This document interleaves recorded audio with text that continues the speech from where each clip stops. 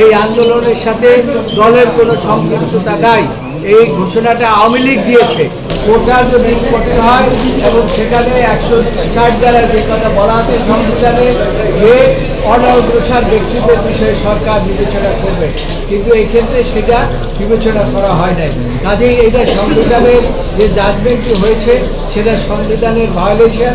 কাজেই এই জাজমেন্টটি টিকতে পারে না এবং দেশের যেহেতু আপনার দেশের সর্বোচ্চ আদালত, আপনারা সেই দিক বিচার বিশ্লেষণ করে এই আমি যে অ্যাটর্নি জেনারেল সাবমিশন দিয়েছে এই করা একান্তভাবে আইনের শাসনের জন্য প্রয়োজন।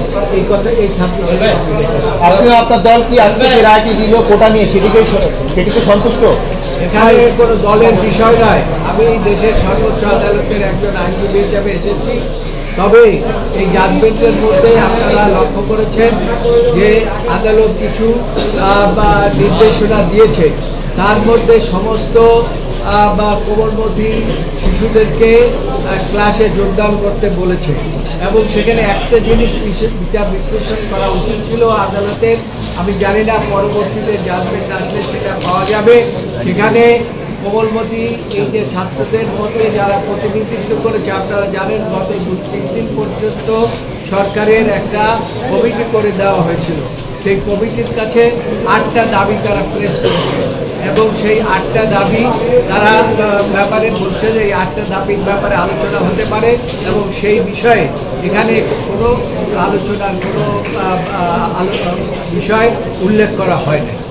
এখানে তো কোর্টে আলোচনার বিষয়টা চলে গেছে আদালতের জাজমেন্টে, তো ওই বিষয়গুলো আপনি এই রায়টা কিনা এটা হচ্ছে আমার নিজস্ব মত। এখানে যে কথা বলা হয়েছে কোমলমতি শিশুদেরকে এই হত্যার বিষয়ে আমাদের আপনারা যে কথা আমাকে প্রশ্ন করেছেন যে আমাদের দলের বিষয়, এই দলের বিষয় হচ্ছে দল কোনো এটার সাথে সম্পৃক্ত না। এই আন্দোলনের সাথে দলের কোনো সম্পৃক্ততা নাই। এই ঘোষণাটা আওয়ামী লীগ দিয়েছে। আওয়ামী লীগের সাধারণ সম্পাদক বলেছে যে এই আন্দোলনকে দমন করার জন্য ছাত্রলীগই যথেষ্ট এবং ছাত্রলীগই এই আন্দোলনের সূত্রপাত করেছে কোমলমতি শিশুদের উপরে হামলা করে। এইটা দেশের জনগণ কোনোদিনই কামনা করে না, আদালতও কামনা করে না, আমরা দেশের সচেতন নাগরিক আপনারাও কামনা করেন না এবং সাংবাদিকরাও এটা কামনা করে না। রায়ের সর্বকিছু পাওয়ার পরে আমরা এটা বিচার বিশ্লেষণ করব এবং এই রায়ের মধ্যে আমি একটু বলি, প্রধান বিচারপতি নিজেও বলেছে যে পরবর্তী আমরা যা যা দরকার সেগুলো এই রায়ের মধ্যে আমরা উল্লেখ করব। না, ওনারা কোটা মেধার ভিত্তিতে 93% দিয়েছেন, আপনারা এটাকে সমর্থন করেন কিনা? আমার মনে হয় যে এই যে যারা আন্দোলন করছে তারা নিজেরাও বলছে তারা কোটা বাতিল চায় না, তারা সংস্কার চায়।